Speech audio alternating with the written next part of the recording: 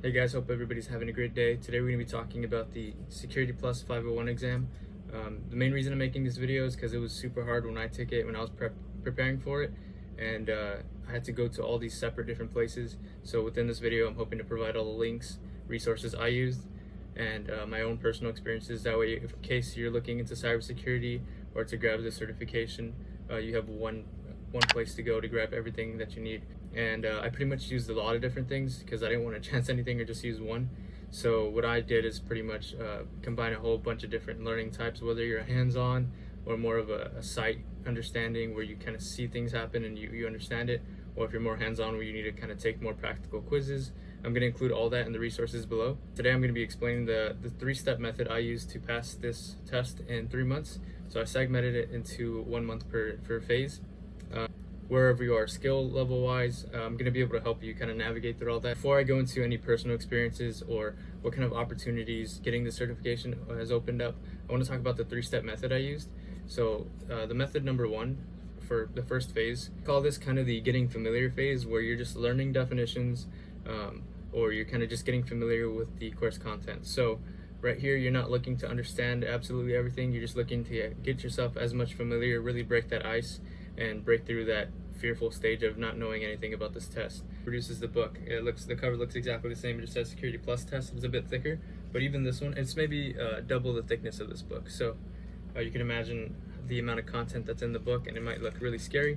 So if you look at the book and you might get fearful and then end up never starting at all instead of kind of segmenting it, that's the biggest thing that held me back. I spent a majority of my time getting through a few chapters of that book, and within the last 3 months, where I actually got like maybe 80 to 90% of the work done, it happened within 3 months, where I was kind of procrastinating and just fearful that I kind of almost scared of success because I didn't know exactly how I was going to do it. So I'm going to provide the links in the description as I mentioned, but the first thing I did in this step is used a Security Plus Udemy. Regardless of the time in between, I think the course content's still the same. It's still the 501, but I figured that this method should be really helpful for anybody who's trying to go through it and kind of have a kind of direction to be pointed into. So I'll link the actual Udemy down below, but that's the main thing I used for the getting familiar phase. I also used a YouTube series from Professor Messor. I'll link that as well. But those two were extremely helpful. So during lunches or anytime I had a break, I'd be watching some of the videos just to get familiar, and I really put my attention on just getting familiar. Sometimes I had them running in the background while I was doing something else, but the most value I got out of them is when I actually sat down and maybe dedicated an hour or two, maybe in the morning, in between classes, or if you work. I did some before work, some during lunches like I mentioned, or even after work. You do a few hours each time and you make some real progress. But I think a lot of the times I used to, my particular problem was I didn't want to move to the next video until I completely understood what was going on here. And since I learn in different kind of ways, where sometimes I need to be hands-on, sometimes I could see it and understand it, or sometimes I can apply it.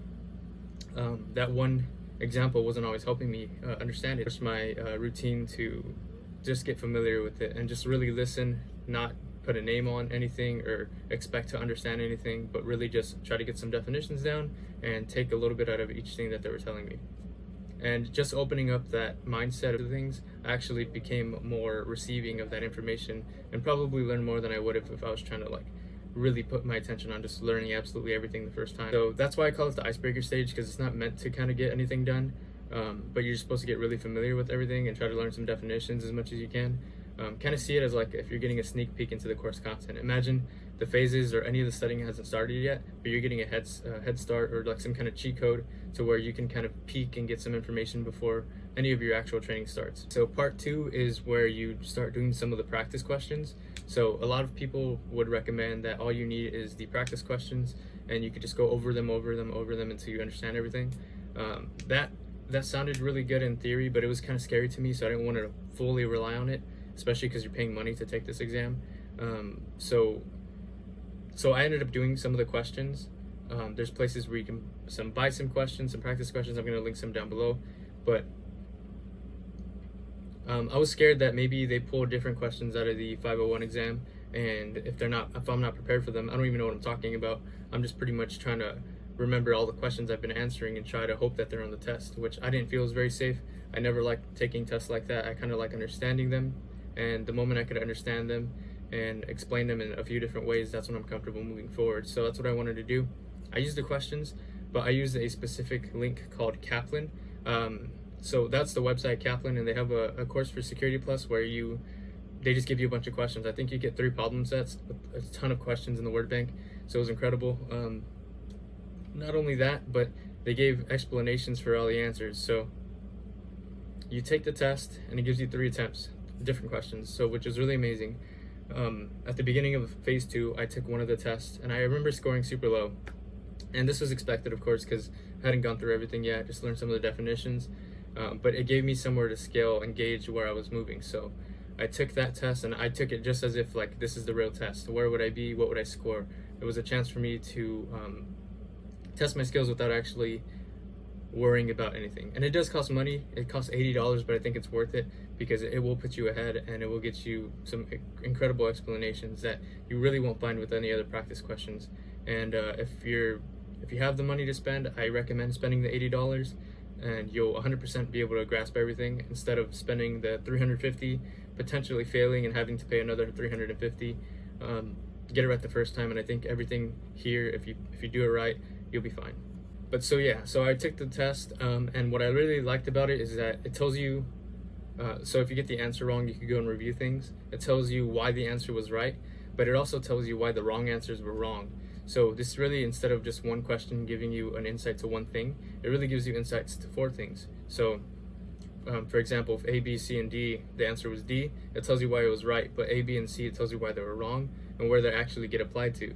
So for every one question, you're really getting 4 questions worth of information. So this is really incredible because you get maybe about 300 in the word bank already, and 3 times 4, that's around 1,200 questions or pieces of information you could kind of gather.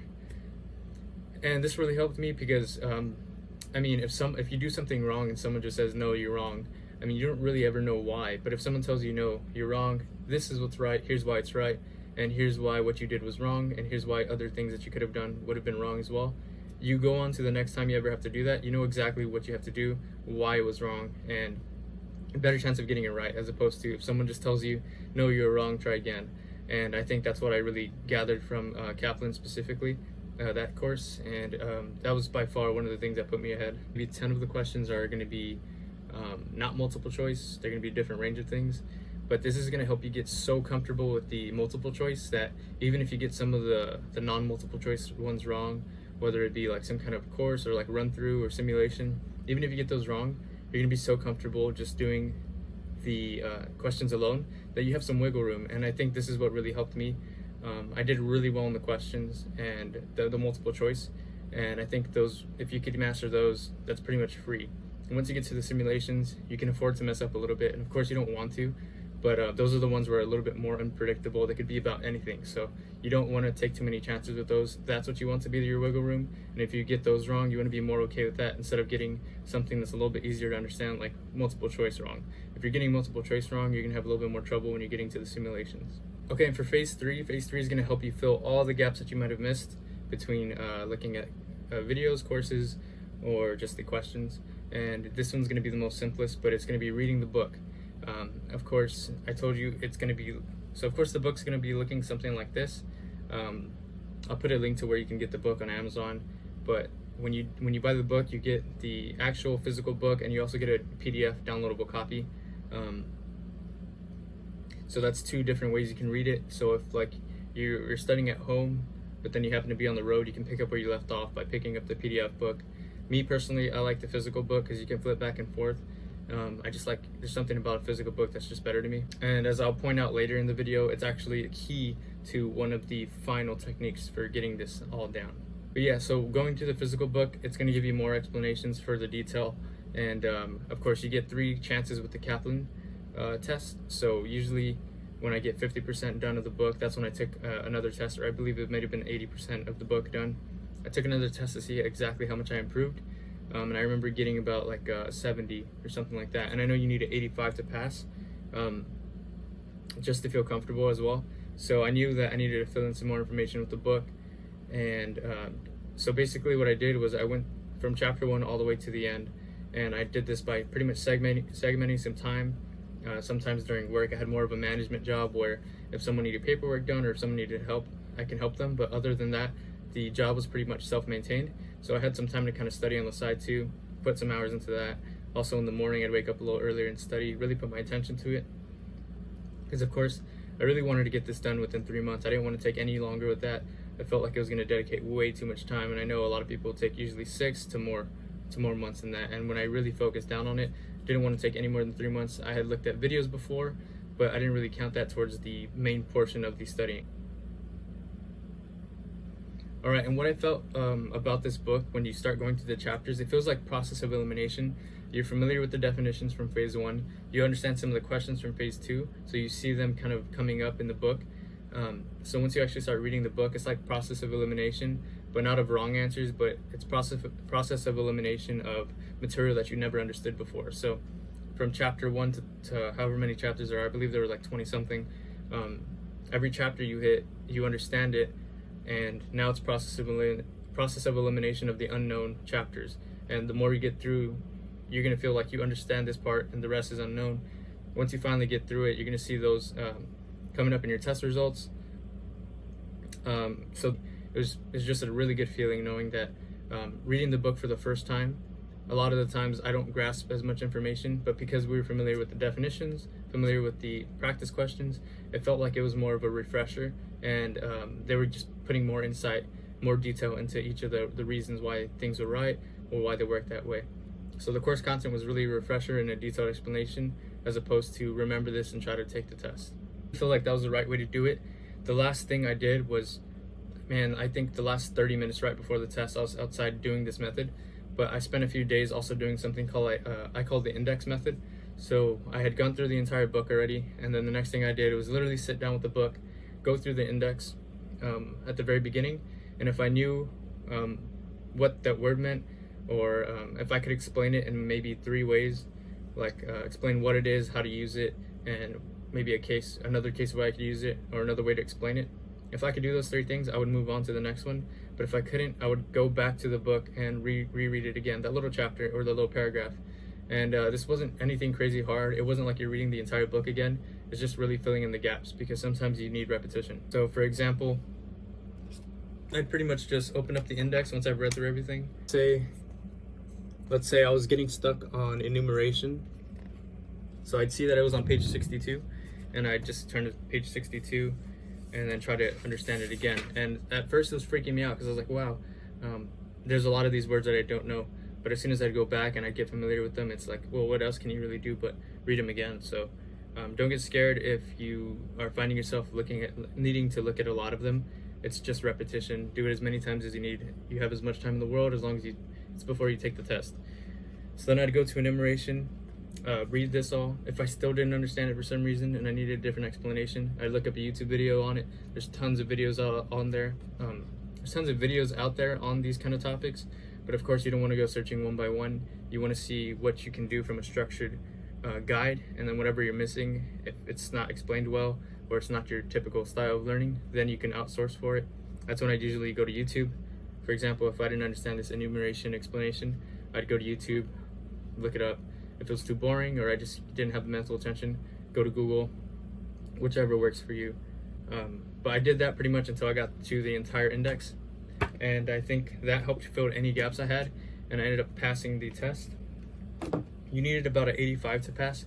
I want to say I got like an 89. Then I earned this right here, which was for me incredible, because before I was so scared before I started the 3-month phase that I kind of created on my own. But before I started the 3-month phase, I was kind of just scared to really get into that phase of hard studying, because I didn't know how hard it was going to be. So I was just watching videos and just trying to peek here and there at like some information, but I never really started. So passing that test was the most incredible feeling. And I know if you're currently studying, or if you're looking to study, or if you're in school or looking for a job in the future, I know you're probably super stressed out about it. Your teachers might be mentioning it, your friends, your coworkers might be mentioning it, your job descriptions might be mentioning that you need some certain qualifications, and since you don't have work experience, they need either projects or certifications. So this is one way to prove, just like a college degree can also prove that you have some skills.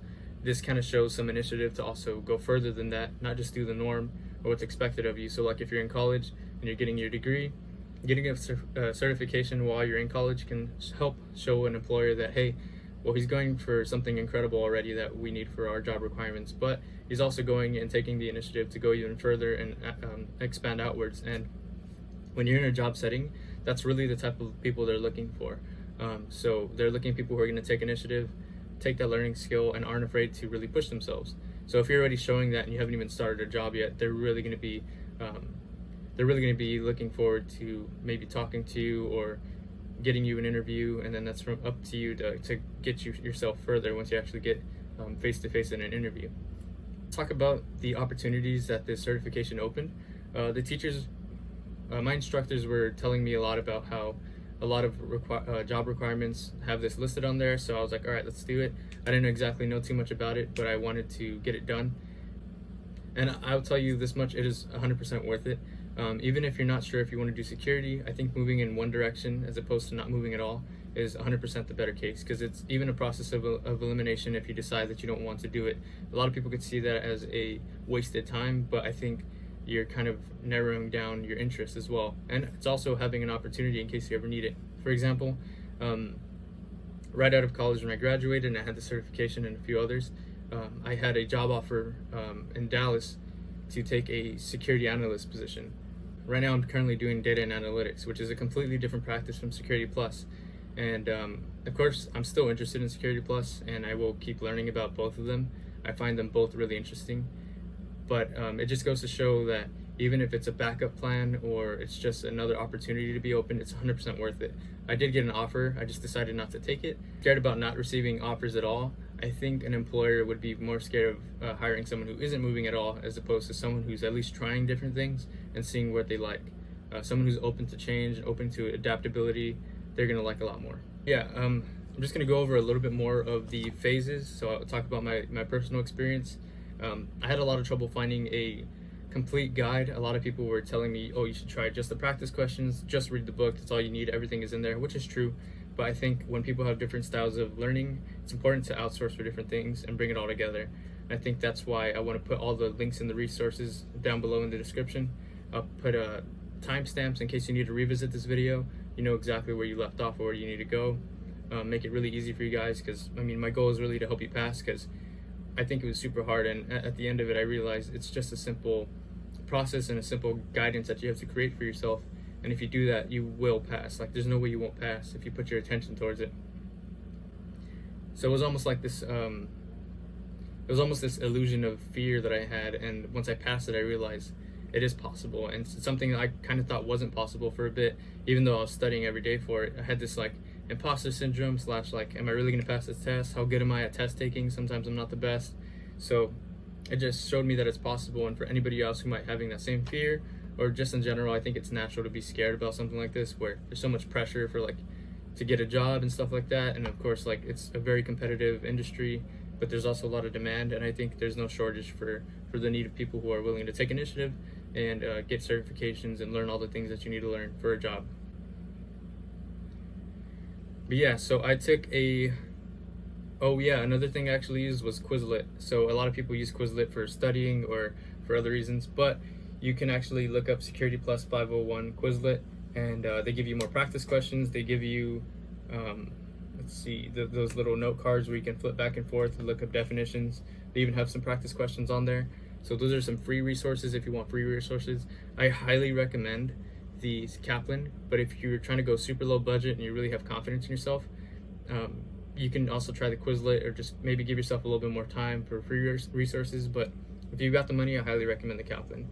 Not just because it costs money and it's like another resource, but it genuinely pushed me so much further. But yeah, so I used Quizlet in between. A lot of my studying also came while I was working a different job. Like I said, it was very self-maintaining, so I didn't really have to do much work after certain hours.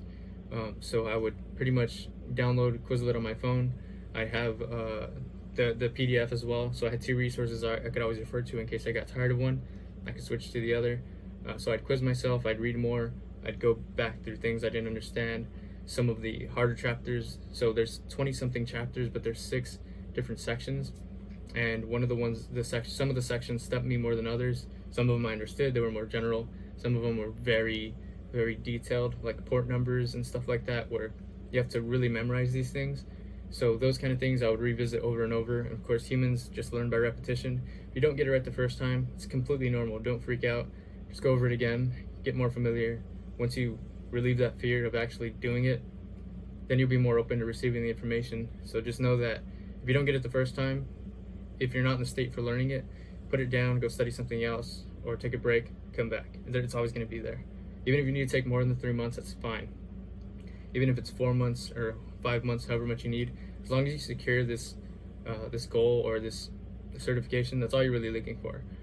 I think it can be done in 3 months, and even though I had a little bit of practice before with just watching videos, they're really just videos, and you could do that on your free time too. So this 3 months is not 3 months of like really just coasting. This 3 months is really 3 months of really putting your head down in the dirt and studying as much as possible, as many times as possible, over as much different sources as you can. So yeah, I would just recommend really to just push yourself as much as possible. Use all the resources, they're out there. I understand that they can be kind of confusing because there's so many different ones, but I'm gonna provide links down in the description so you have a solid plan, a guide, and I'll put the timestamps as well. So I hope you guys pass the exam if you're looking to take it soon or in the future, or if you're looking for cybersecurity jobs, or if you're interested in cybersecurity. I hope whatever goal it is that you have involving cybersecurity or this test, I hope you reach them. All the resources are out there. A lot of the times it's us being in our own way, and we need to just get out of our heads before we can actually go any further. So I just finished up with all the notes I was taking. That way I can make sure I didn't miss anything. But if I did miss anything, just leave it in the comments. I'll be happy to explain more or answer any questions if I know the answer, or maybe point you to a resource or a link. But yeah, I hope you guys pass the test. And if you do pass the test, leave it in the comments. That'd be super awesome to see. Even if one person passed the test because of this, or because of the resources I pointed to, that'd be incredible to hear, and I really would love to hear it. So if you're looking forward to taking the test or anything, put it in the comments so that way I can see. It'd be really awesome. But yeah, until next time, I will see you guys later. Peace.